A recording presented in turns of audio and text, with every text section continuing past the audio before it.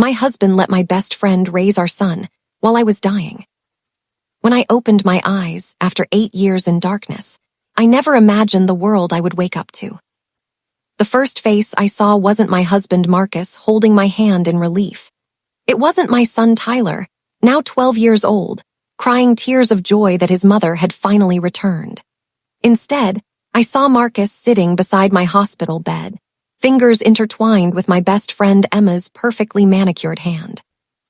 My voice came out as barely a whisper after years of silence. "Where's Tyler?" The way Marcus flinched at my son's name told me everything I needed to know before he even spoke. Emma's been caring for him, Sophia. Caring for him, not babysitting, not helping. Caring for him like I was already gone.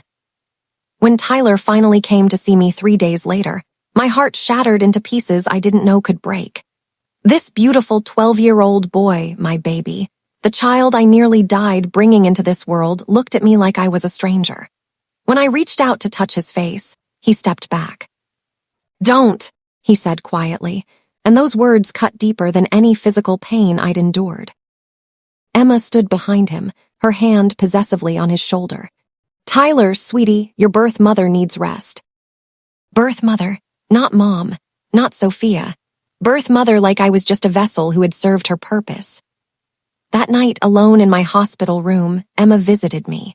She leaned close and whispered, "I've been Tyler's real mother for 8 years, Sophia. You were unconscious.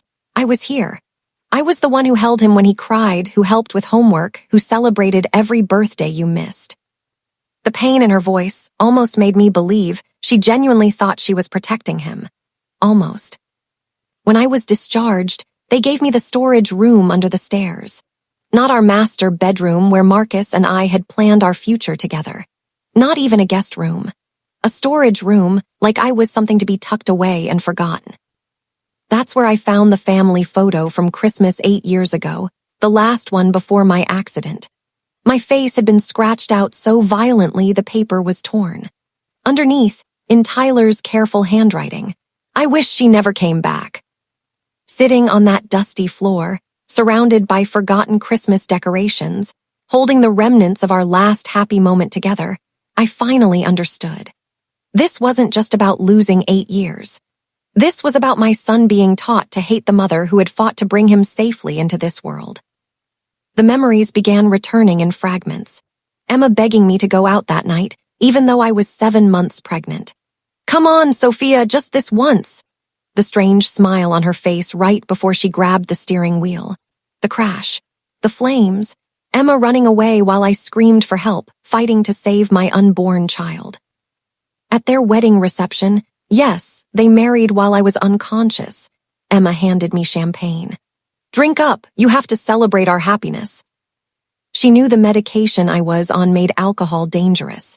But I took that glass, looked into her eyes, and drank every drop while smiling. "To your perfect life, Mrs. Blackwell." I let them think I was broken. Let them believe I was grateful for whatever place they'd allow me in their stolen paradise. But while they saw a defeated woman, I was quietly gathering the truth. My friend Rachel had never believed their story about the accident. Together, we found the dashcam footage showing Emma's deliberate actions that night. We found the truck driver who'd been paid to cause our crash. We discovered medical records proving Marcus had bribed doctors to keep me sedated far longer than necessary. When the truth finally came to light, when those videos went viral and the world saw what they had done, everything changed. Tyler came to my door 3 days later, clutching a cardboard box and sobbing. Inside were birthday videos I'd made for him while pregnant messages for every year of his life, gifts I'd crafted with my own hands, letters expressing all my hopes and dreams for him. All of it thrown away by Emma and Marcus, dismissed as worthless. "Mom," he whispered through his tears, the first time he'd called me that in 8 years. "I'm so sorry. Emma told me you didn't want me, that you tried to hurt me in the accident. I believed her. I threw away everything you made for me." My heart broke all over again, but differently this time. This was my child, confused and manipulated by people he trusted. But I also remembered his words in the hospital, the hatred in his young eyes, the photo with my face destroyed. "Tyler," I said gently, "you wished Emma was your real mother. Sometimes we get exactly what we wish for." The realization hit him like a physical blow. "No, Mom, please. I was just a kid. I didn't understand." Some wounds cut so deep that love alone cannot heal them. In court, watching Emma's composure crumble was heartbreaking rather than satisfying. When they sentenced her for attempted murder and child manipulation, she screamed, "I raised that boy. I gave him everything." And she had, in her twisted way. She had given him 8 years of love, even if it was built on lies and stolen from me. Marcus received 7 years for his role in the conspiracy. The business empire we'd built together collapsed.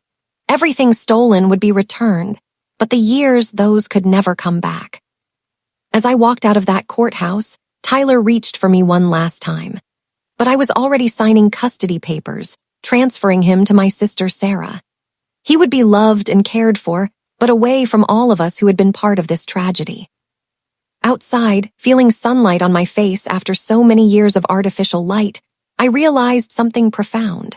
Emma lost her freedom and her stolen family. Marcus lost his empire and his son. Tyler lost the mother who would have died for him. But I had lost something too. The ability to forgive what seemed unforgivable, even from a child who didn't understand the game being played around him. Sometimes justice doesn't feel like victory. Sometimes it just feels like the only path forward when love has been weaponized against itself. They thought my silence meant surrender. They never realized it meant I was learning to survive in a world where the people you trust most can become the architects of your deepest pain.